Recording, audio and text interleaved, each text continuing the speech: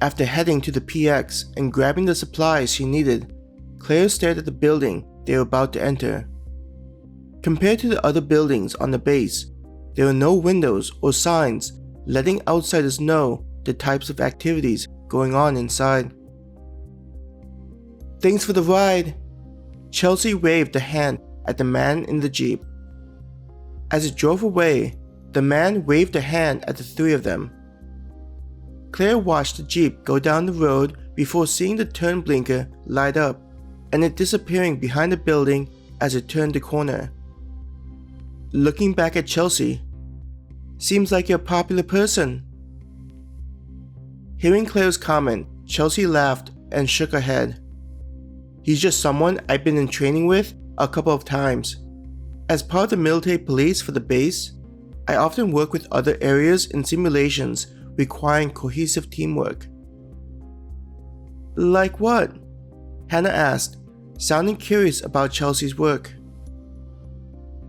As they stood in front of the building, Chelsea's expression turned more serious.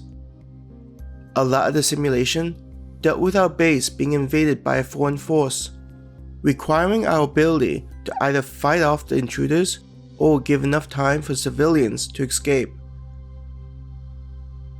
Claire's eyes widened at hearing such words out of Chelsea's mouth.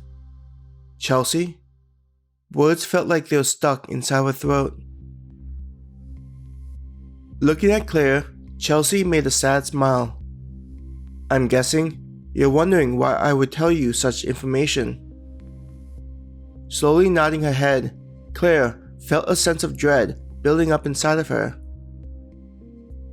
Placing a hand on each of their shoulders, Chelsea took a deep breath. "I'm actually not allowed to talk about this stuff with you." She turned to look at the building where they'd be training, as if to check if someone was listening in on what she was going to say. The situation isn't looking good outside this base. Chelsea paused her thoughts, as if putting things in order, before she said anything. "I'm assuming the both of you have been wondering why there's so many empty houses?" Both Claire and Hannah didn't speak a word, both of them locked on Chelsea's words. Due to the nature of the type of work we dealt with on this base, it was originally kept to only essential personnel necessary to keep everything running. The number of people able to work on these projects are few, most of them being picked up by private companies. Grimacing, she continued, "This base also had the additional responsibility to house the families of people working on the projects." As Claire listened to what was being told to them, she remembered the night where people in strange vehicles showed up to take them away before the modified humans arrived. With how soon they were attacked, it was obvious that things didn't go as smoothly as planned. Then, all the homes? Claire couldn't voice the realization in her mind. Chelsea nodded. "We weren't able to extract the majority of the people we were keeping under surveillance. That night, when you, too, showed up, we were getting reports that nearly all of our forces were being destroyed and their families they were responsible for." Chelsea remained silent. Hannah raised a hand to her mouth, shocked by the news. "But there are so many homes empty." Her voice quivered. "It was only thanks to companies we were working with, such as Star and Moon and another one, which I don't even know about, were able to bring in families safely to the space. In addition to those who were able to safely make it inside, there are also the soldiers already stationed here," Chelsea explained. Her eyebrows were furrowed as she remembered that night.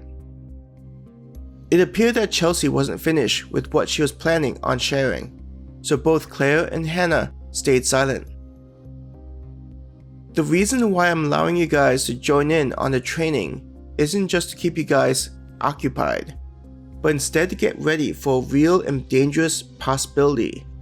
Chelsea gripped their shoulders to drive in the point. Are the modified humans going to overwhelm this base? Claire forced the words out of her mouth, feeling an uncomfortable aftertaste. Chelsea didn't answer immediately. Chelsea? Hannah asked, feeling the silence to be uncomfortable. Yes. We don't know when it'll happen, but based on our understanding of the creatures, it'll be a certainty that can't be avoided. Chelsea spoke out the words with a heavy heart. This is why I want the two of you to be properly trained. She forced a smile. The positive side is how you'll only need to be running away for a relatively short distance. What do you mean? Claire was confused by what Chelsea was talking about. Chelsea released both her hands from their shoulders. Looking around as though trying to find something, she pointed away from the building towards the direction of where they lived. Close to your homes, there's an area designed to protect those inside the base, until a rescue party can reach us. Why don't we just live inside this area? Claire raised an eyebrow, confused. Due to being underground, it's far more constraining compared to living above ground. Living in that kind of environment for long periods can take a toll on a person's mind. Chelsea sighed. Feeling as though it was something she needed to ask, Claire hesitatingly voiced her concern.